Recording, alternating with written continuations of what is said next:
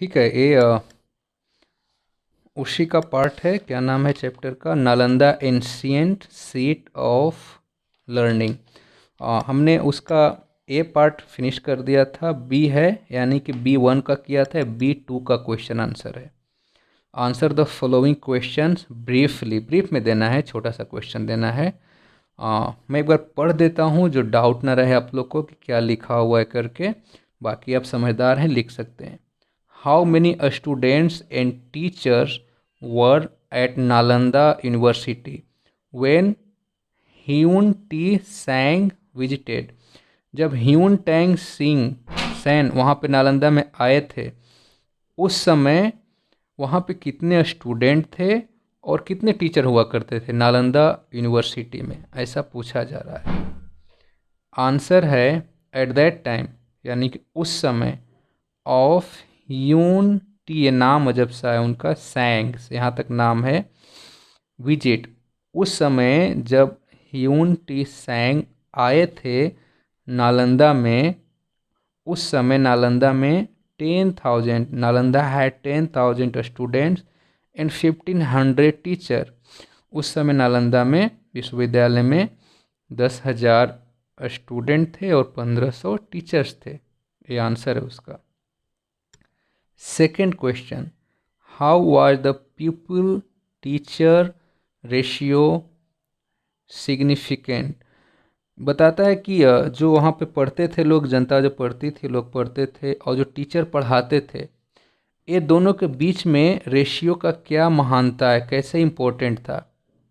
ठीक है, सिग्निफिकेंट मतलब महत्वपूर्ण, इम्पोर्टेंट कैसे महत्वपूर्ण था, जो लोग थे और जो टीचर था उनका बीच का जो रेशियो था। जैसे आज भी हम देखते हैं कि प्राइवेट स्कूल होते हैं, उसमें कहते हैं कि हम 30 स्टूडेंट पे, 30 स्टूडेंट पे एक टीचर रखते हैं, उससे ज़्यादा नहीं रखते। तो रेशियो क्या हुआ? 30:1। ठीक है, और ऐसे ऐसे 10 क्लास है तो 30 10 जा 300 हो गया, 300 में 10 टीचर, तो कितना हो गया? 300 स्टूडेंट 10 टीचर, तो 3:10 ऐसे हो गया। वही पूछा जा रहा है कि रेशियो का क्या इंपॉर्टेंस है, क्या महत्ता है।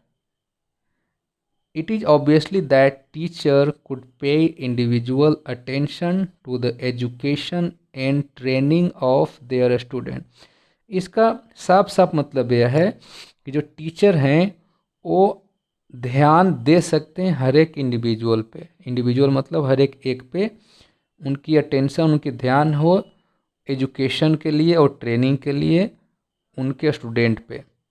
इसका मतलब ये होता है कि टीचर और स्टूडेंट का रेशियो यदि ठीक ठाक रहे, जैसे 30 पे एक टीचर है तो ठीक है, यदि 100 स्टूडेंट है एक टीचर है तो रेशियो अच्छा नहीं रहेगा। तो इसलिए यहाँ पे ए आंसर है इसका।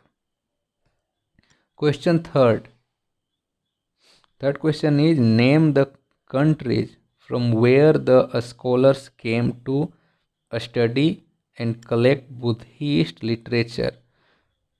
उन जगहों का नाम बताएं, उन देशों का नाम बताएं जहाँ से विद्वान लोग आए पढ़ने और कलेक्ट किया, यानी संग्रह किया बुद्धिस्ट लिटरेचर, मतलब बुद्धिस्ट साहित्य।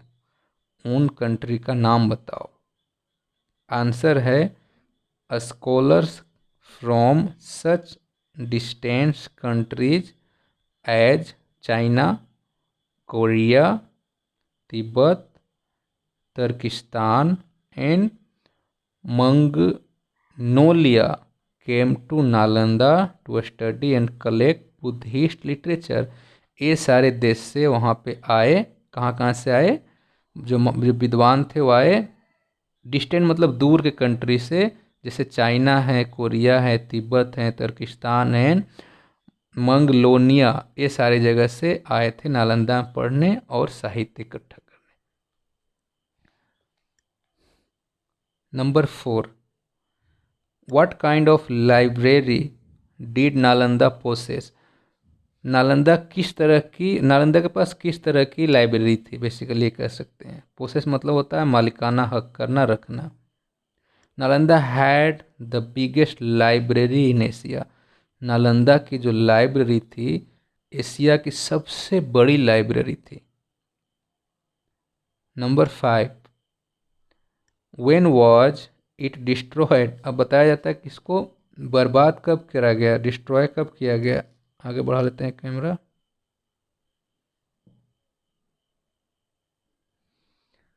इन द 12th सेंचुरी, 12वीं शताब्दी में it's library was destroyed. Library को जो नष्ट तस्त कर दिया गया, बर्बाद कर दिया गया या फिनिश कर दिया गया, वो किया गया था 12th सेंचुरी में। ठीक है। Number 6, what kind of library is there in your school college. देखो ये आपका अपना इंडिविजुअल क्वेश्चन है, ये बुक से नहीं है। पूछ रहा है कि तुम्हारे स्कूल या कॉलेज में जहाँ पढ़ते हो किस तरह का लाइब्रेरी है। यहाँ अपने शब्दों में लिख सकते हो, इसे मैं हेल्प के लिए लिख दिया हूँ। There is a library with varieties of books in my college. मेरे कॉलेज में लाइब्रेरी है, उसमें तरह तरह की बुक्स हैं। आप अपने तरह से इसको लिख सकते हो, अपना अपने शब्दों में लिखना है इसको। Number 7, how did several manuscripts survive. वहाँ जब जब नष्ट तस्त हो गया, अपने मैं पढ़ाया हूँ, आपने देखा होगा, तो उस लाइब्रेरी के सारे चीज़ तो ख़त्म हो गए, सारे बर्बाद हो गए, फिर भी उनकी कुछ पंक्तियाँ, कुछ मैन्युस्क्रिप्ट्स, कुछ कॉपी कैसे बचे।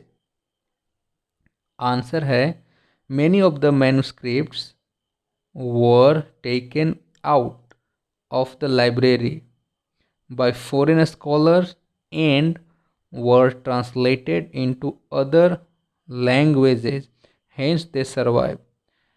बताया था कि ढेर सारे जो वहाँ के मैन्युस्क्रिप्ट थी, जो वहाँ की कॉपी थी उस लाइब्रेरी का, वो क्या था कि जैसे ही बाहर से लोग आते थे ना, विदेश से, वो ले जाते थे अपने देशों में, और कुछ लोगों ने ट्रांसलेट भी करवाया था अपने लैंग्वेज में, वो अपने देश की भाषा में। ठीक है। और इस तरह से बचा रहा। ठीक है। 7 तक हो गया। अब नेक्स्ट पेज में पलटता हूँ। ठीक है, 7 तक था, 8 पढ़ रहे हैं। How many lecturer were delivered daily at Nalanda. जो नालंदा विश्वविद्यालय था उसमें रोज कितने स्पीच दिए जाते थे, कितने लेक्चर दिए जाते थे रोज। आंसर है without any reference to one particular religion 100 lecture were delivered every day at Nalanda. ठीक है, बिना किसी रिलीजियस थॉट के रोज़ वहाँ पे कम से कम 100 लेक्चर दिए जाते थे। 9, what was so unique about the Nalanda attitude,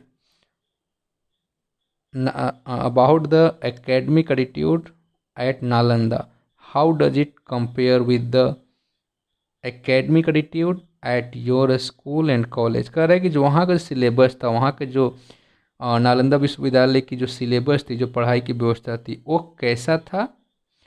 और आपके स्कूल में आपसे क्वेश्चन पूछ रहा है, स्टूडेंट से, इंडिविजुअल से, आपके स्कूल का हिसाब किताब कैसा है, कैसा सिलेबस है, कैसा एकेडमिक एटीट्यूड है। ठीक है, ये आपको देना है। हालांकि मैं लिख दिया हूँ अपने शब्दों में द सिलेबस और नहीं, इसको तो पहले नालंदा के बारे में लिखना है, फिर अपने बारे में अपने से लिखना है। तो the syllabus of Nalanda university was drawn up with great wisdom. वहाँ का जो यूनिवर्सिटी का, नालंदा यूनिवर्सिटी का जो सिलेबस था, बहुत ही बुद्धिमानी के साथ बनाया गया था, ज्ञानी लोगों के साथ। And by following it students were increasingly successful in their daily life. और उस तरह के सिलेबस बनाया गया था जिसको पढ़ करके जो लोग पढ़ते थे, ठीक है, वो अपने ज़िंदगी में, अपने डेली की लाइफ में सक्सेसफुल होते थे। इस तरह की वहाँ का एकेडमिक का स्ट्रक्चर था, एटीट्यूड था, सिलेबस था। ये तो पहला क्वेश्चन पूछा है। उसके बाद यहाँ से पूछ रहा है how does it compare with the academic attitude at your school. अब पूछ रहा है कि आपके स्कूल का हिसाब किताब कैसा है, उसके हिसाब से। मैंने यहाँ पे लिख दिया है, वो अपने तरीके से लिख सकते हो आप। The academic attitude of our college is not like Nalanda. हमारे जो स्कूल या कॉलेज का जो स्ट्रक्चर है, पढ़ाने के तरीके हैं, सिलेबस हैं, वो नालंदा के जैसे नहीं है। आप अपने तरीके से इसको लिख सकते हैं यदि चाहें तो। Number 10, how many subjects were made compulsory. Nalanda university में कितने सब्जेक्ट कंपलसरी थे जो पढ़ना था? It had made a study of 4 subjects compulsory. वहाँ का जो बना हुआ था वो 4 सब्जेक्ट कंपलसरी थे। आप यदि बुक में पढ़ोगे, बुक से ही क्वेश्चन आंसर कर रहा था, बुक में पहले गलत लिख दिया हुआ है, उसमें प्रिंट दिया हुआ है 5 सिलेबस कंपलसरी, लेकिन 4 है। देखो दोबारा काटना पड़ा मुझे, क्योंकि जब पढ़ोगे ना, नीचे पढ़ते आओगे पैराग्राफ का, तो पता चल जाएगा कि 4 नहीं, 5 नहीं 4 है। तो 4 सब्जेक्ट कंपलसरी थे। कौन कौन थे? ग्रामर था, लॉजिक था, मेडिकल था और हैंडीक्राफ्ट था। ये सारे कंपलसरी थे। लास्ट क्वेश्चन बच गया, कैमरा थोड़ा आगे करना पड़ेगा।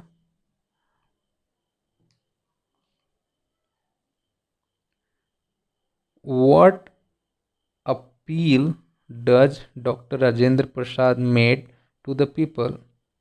बताया जाता है कि लोगों से डॉक्टर राजेंद्र प्रसाद ने क्या अपील किया था, उनसे क्या अनुरोध किया था करने के लिए।